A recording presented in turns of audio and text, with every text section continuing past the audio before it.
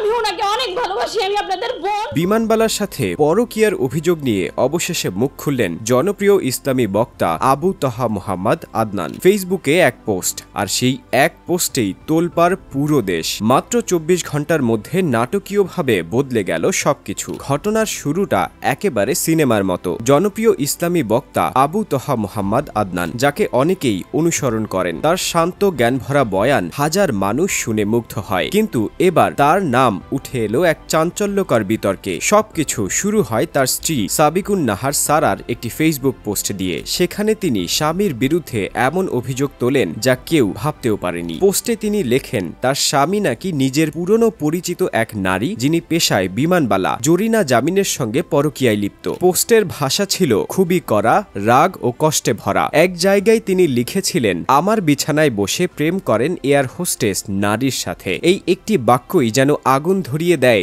Social মিডিয়ায়। মুহূর্তেই শুরু হয় তুমুল আলোচনা, সমালোচনা আর গুজবের ঝড়। কেউ বললেন এই পোস্ট নিশ্চয়ই সত্যি, আবার কেউ বললেন না, এটা একটা ভুল বোঝাবুঝি। পুরো দেশ জুড়ে যেন শুরু হয় বিতর্কের ঝড়। কিন্তু এখানেই গল্পের মোড় ঘুরে যায়। মাত্র একদিনের মধ্যেই সারা তার সেই পোস্ট মুছে দেন। এরপর নতুন একটি পোস্টে লেখেন, তিনি কিছু হিংসুক ও কুটচালকারী লোকের কথায় বিশ্বাস করেছিলেন, যারা তাকে ভুল তথ্য দিয়েছিল। তিনি স্বীকার করেন আগের পোস্টটি সম্পূর্ণ ভুল ছিল এবং সেটা আবেগের বশে করেছিলেন, এবং সরাসরি স্বামী আবু তোহা মোহাম্মদ আদনানের কাছে ক্ষমা চেয়ে লেখেন, আমি লজ্জিত, আমার ভুলের জন্য ক্ষমা চাই। স্ত্রীর এই ক্ষমা প্রার্থনার পর অবশেষে আবু তোহা নীরবতা ভাঙলেন। তিনি নিজের ফেসবুকে একটি দীর্ঘ পোস্ট দেন। সেই পোস্টে তিনি স্ত্রীকে ক্ষমা করার ঘোষণা দেন, কিন্তু তার ভাষা ছিল এমন যা শুনে সবাই অবাক হয়ে যায়। তিনি লেখেন, আমি তোমাকে ক্ষমা করে দিয়েছি, এমনকি তুমি যদি ইমাম হাসানের কাতেলের মতো হও তবুও আমি তোমাকে ক্ষমা করে দিতাম, কারণ আমি তোমাকে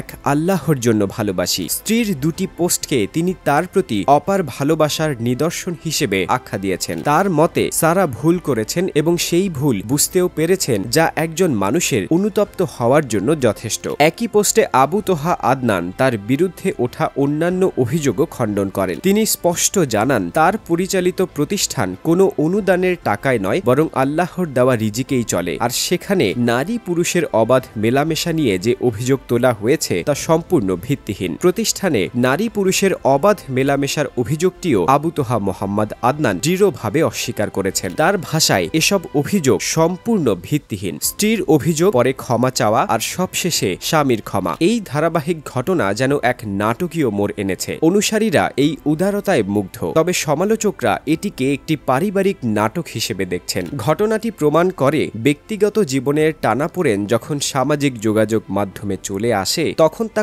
কতটা চাঞ্চল্যকর ও জটিল রূপ নিতে পারে। পুরো বিষয়টি এখনো ধোঁয়াশার মধ্যে। শেষ কোথায় দাঁড়াবে তা সময়ই দেখাবে।